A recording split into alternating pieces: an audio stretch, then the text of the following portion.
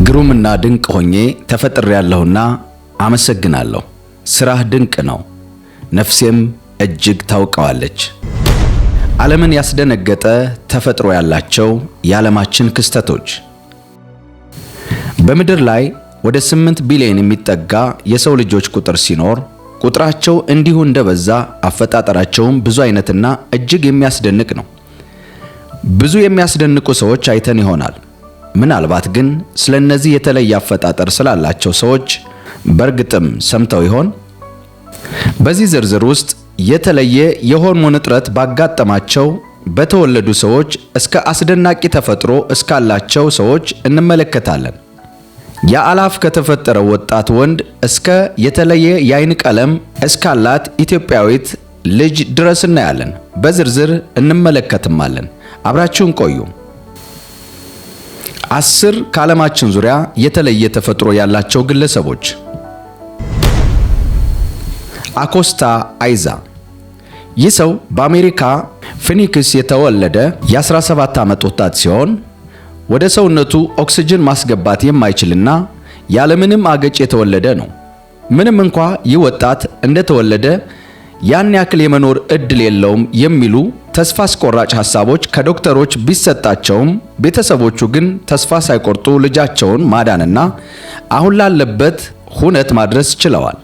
ይህም ብዙዎችን የሚያነሳሳ ሆኗል። ዛሬ ላይ አክስታ አይዛን ከጓደኞቹ ጋር ለማውራት የሚጠቀመው አፍ ባይኖረውም በስልኩ መልእክት በመለዋወጥ ከማንም ጋር መግባባት ይችላል። ማራንዳ ፐርሲላ። ማራንዳ ፐርሲላ የተወለደችው ፍራኪሲም ፌሞራል ፎካል ዲፊሸንሲ ከተባለ በዘር ከሚተላለፍ በሽታ ጋር ነው። ምንም እንኳን የገጠማትን ችግር ለማስተካከል ተደጋጋሚ የሆነ ብዙ ቀዶ ጥገና ብታደርግም ሁሉም ምንም ለውጥ የሌላቸው ያልተሳኩ ነበሩ። በዚህም ወጣቷ ሁሉንም ነገር እርግፍ አድርጋ በመተው በተቻለ አቅም ጤነኛ የተባለውን ሕይወቷን ለመኖር እየጣረች ነው። አሁን ላይ ወጣቷ በብዙ ደንበኞች የተከበበች የፀጉርና የሜካፕ ሙያ ባለቤት ሆናለች። ምንም እንኳ ሜሪንዳ ብዙ ሰዎች በማነሳሳቷና በብዙ ሰዎች የሚሰጣት አድናቆትና ሙገሳ ቢያበረታታትም አንዳንድ ሰዎች የሚሰጧት የበታችነት ስሜት የሚያስከትል አስተያየት ግን እንደሚያሳዝናት ገልጻለች። ዴብ ጄፍ። ይህ የ59 ዓመት ጎልማሳ የሆነ ሰው በ1963 ዓመት የተወለደ ሲሆን ከዓለማችን የሰው ልጆች የእጅ ውፍረት እጅግ የገዘፈ እጆች ባለቤት ነው። ጄፍ ስለ እጆቹ የጤና ሁኔታ በጣም ብዙ ዶክተሮችን ቢያማክርም እስከዛሬ ድረስ አንዳችም መፍትሄ አላገኘም። ሆኖም አሁን ላይ ጄፍ ሁሉንም ትቶ የእጆቹን ጉዳይ የህይወቱ ቆንጆ አካል አድርጎ የዕለት ተዕለት ህይወቱን ቀጥሏል። ዳኮታ ኮክ። ዳኮታ ኮክ የ24 ዓመት ወጣት ስትሆን ዓለም የሚያውቋት የፊት ገጽታዋ ላይ እንደ ወንድ በበዛው ጺሟ ነው። ባለጺሟ ሴት እየተባለች በቅጽል የምትጠራው ይቺ ሴት በምን ምክንያት ሊወጣባት እንደቻለ ማንም ሰው መመለስ ባይችልም እርሷ ግን ብዙ ጊዜ ጺሟን ለማጥፋት ብዙ ሙከራዎችን አድርጋ እንዳልተሳካላት ገልጻለች። አሁን ያለችበት ሁኔታ ተቀብላ የምትኖረው ዳኮታ ዛሬም በልዩ አፈጣጠሯ ዓለምን እንዳስገረመች ቀጥላለች። ቪናሎፒ ሆፕ ዊልስ። ይህች ልጅ የተወለደችው ልቧ ከደረት ውጭ ሆኖ ነው። ምንም እንኳን ዶክተሮች ብዙ የመኖር እድል የላትም ቢሉ ወላጆቿ ተስፋ ባለመቁረጥ ልጃቸውን ወደ ጤነኛ ሁኔታ የምትመለስበትን ጊዜ በመናፈቅ አለ የተባለ ዶክተር ጋር እየተንቀሳቀሱ ዛሬም የልጃቸውን መዳን ይጠባበቃሉ። ዛየን ክላርክ። ዛየን ክላርክ ካዳል ሬግሬሽን ሲንድሮም ከተባለ በሽታ ጋር የተወለደ የ23 ዓመት ወጣት ሲሆን ይህ በሽታም የሰውነቱን የታችኛውን ክፍል እግሩንና አከርካሪውን እንዳያድግ እንቅፋት ሆኖበታል። እንደፈለገው የዕለት ተዕለት ስራውን እንዳይከውንም አድርጎታል።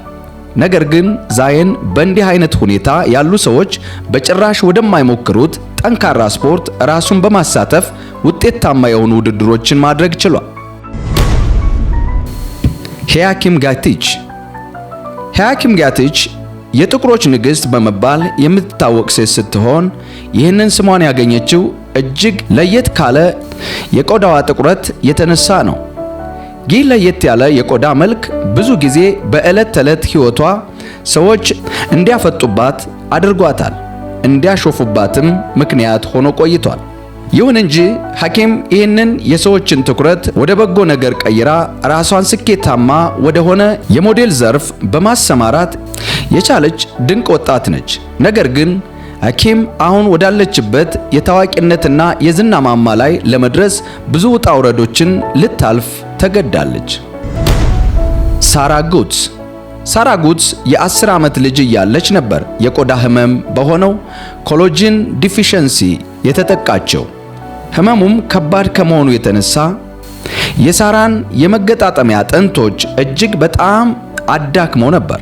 ምንም እርጥበት የማይታይበት የሳራ ቆዳ የ20 ዓመት ወጣት ሆና የ50 ዓመት ጎልማሳ መስላም ትታያለች። ሳራ ወደ ደረሰባት ነገር በጭራሽ ራሷን ዝቅ ሳታደርግ አሁን ላለችበት ዕውቅና በብዙ ድካምና መከራ ለመድረስ ችላለች። እናም አሁን ሞዴል ናት። አቡሼ የኢትዮጵያዊ ልጅ መጀመሪያ ሲወለድ ቤተሰቦቹ ካለማወቅ የተነሳ ልጃቸውን አይኑ ማየት እንደማይችል ገምተው ነበር። ይሁን እንጂ ጥንቃቄ ከተሞላበት የዶክተሮች ምርመራ በኋላ የአቡሼ አይን እጅግ ከተለየና ከሚያስገርም ቀለም ውጭ ጤነኛ ሆኖ በትክክል ማየት እንደሚችል ተረጋግጧል። የዚህ ኢትዮጵያዊ ልጅ አይኖች ሰማያዊ የመሆን ሚስጥሩ የሜላኒን እጥረት እንደሆነ ዶክተሮቹ በምርመራ ወቅት ማረጋገጥ ችለዋል። አቡሼ በዓለም ታዋቂነትን ያገኘው ኤራትሎ በተባለ ፈረንሳዊ ፎቶግራፈር ተነስቶ ድረ ገጽ ላይ ከተለቀቀ በኋላ ነበር። ተወዳጆች፣ ከነዚህ እያንዳንዳቸው በብዙ ችግሮች ወደዚህ ምድር ከመጡ ሰዎች ምን እንማራለን? እስኪ ራሳችንን እንጠይቅ። እኛ በሙሉ ጤንነት ወደዚህ ምድር የመጣን ሰዎች በሙሉ ጤንነት መወለድ እንችል ዘንድ እግዚአብሔር ስለረዳን ምን ያህል እናመሰግናለን? በተሰጠን የተሟላ ጤንነትስ ለሰዎች እንኳን መትረፍ ባንችልም ምን ያህል ለራሳችን ስኬታማ መሆን ችለናል? መልሱን ለኛና ለናንተ ትተነዋል። እነዚህ የዘረዘርንላችሁ ሰዎች ግን በተፈጥሮ የገጠማቸውን ችግር ወደ ጎን ትተው የሰዎች የማይረባ አሉባልታ ሳያሸብራቸው የዛሬን